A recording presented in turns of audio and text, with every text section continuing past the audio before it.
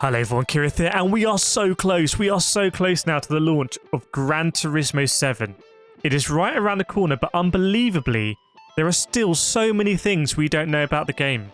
So many things. Now in this video, if you're someone watching this, thinking about whether to purchase Gran Turismo 7, it is a lot of money. In the UK, it's 50, 60, 70 pounds, depending on where you're buying what platform.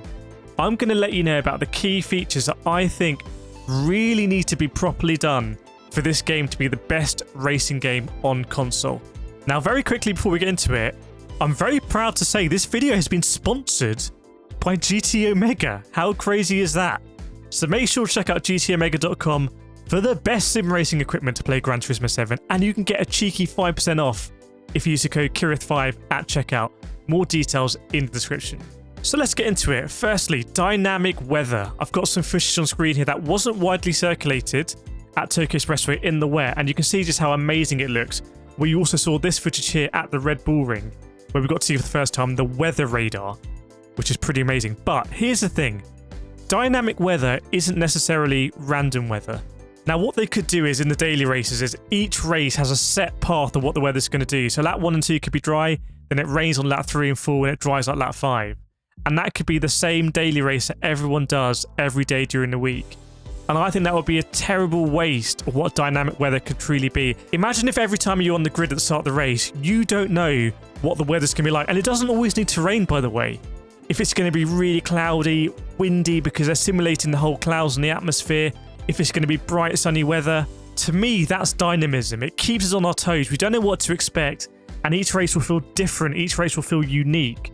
And I really hope they don't skimp on this. I really hope they don't kind of just lock in a formula for the daily race and sport mode each week and it plays out exactly the same, because they could do that. And that was kind of the ethos in Gran Turismo Sport. Gran Turismo Sport didn't have a lot of variables for us. Everything was locked, track state, tyres and qualifying, all that kind of stuff. And it was a very static game. And I hope Gran Turismo 7 is going to be a very dynamic game in the true sense of the word. Right, this one is huge. Car physics. Let me set the scene for you. Gran Turismo Sport is a very, very, very understeery game. Very understeery game. Take corners like Parabolica at Monza. Take corners like Turn 3 at Catalunya. Extremely rare to get any oversteer in these corners. Now, if you play ACC or iRacing, you'll get oversteer there. And I think that contributes to the feeling that Gran Turismo Sport can be a bit of a lifeless game when it comes to physics. But if you look at what they show us in State of Play, I've got it on screen here with the suspension moving about, the wheels locking up as well. It really feels like the tyres kind of have this limited adhesion to the tarmac. And that's something that actually you get a good feeling for in Forza as well. As much as it pains me to say it, Forza does that very well in terms of feeling the tyre spinning up. You never really feel that in Gran Turismo Sport. It's very hard to actually spin in Gran Turismo Sport unless you're on the acceleration out of a corner. You never really spin mid-corner, you're just absolutely on rails. So physics is going to be huge for Gran Turismo 7, because if the physics really are much, much, much deeper, it's going to make it a much more involving sim to play. It's going to make it incredibly more rewarding. It's going to add the glue to the whole single player. Now, this is the fish that really got me. This Lambo locking up at Laguna Seca, if it's going to feel like this on the brakes, on the limit of adhesion, and you can feel the tyres locking up, it's going to be an incredible game to play, no matter whether you're online or single player. Now, for me, this one's really important. This is a dynamic time of day. Now, Gran Turismo Sport does have different times of day, but it really doesn't pull it off, in my opinion, with the lighting. It feels very, very static, and you never feel like you're really drawn into that specific place being in that specific time of day.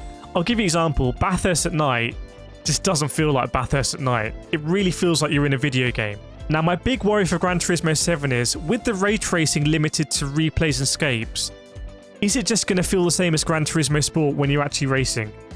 And it might look incredible in the replay footage, but if it's not going to look incredible when you're racing it, you're not going to feel like you're there. Now, the particular footage I've got on screen now, the Nürburgring, just looks so emotive and visceral, and like a specific time of day that you'll remember if you have a great race there.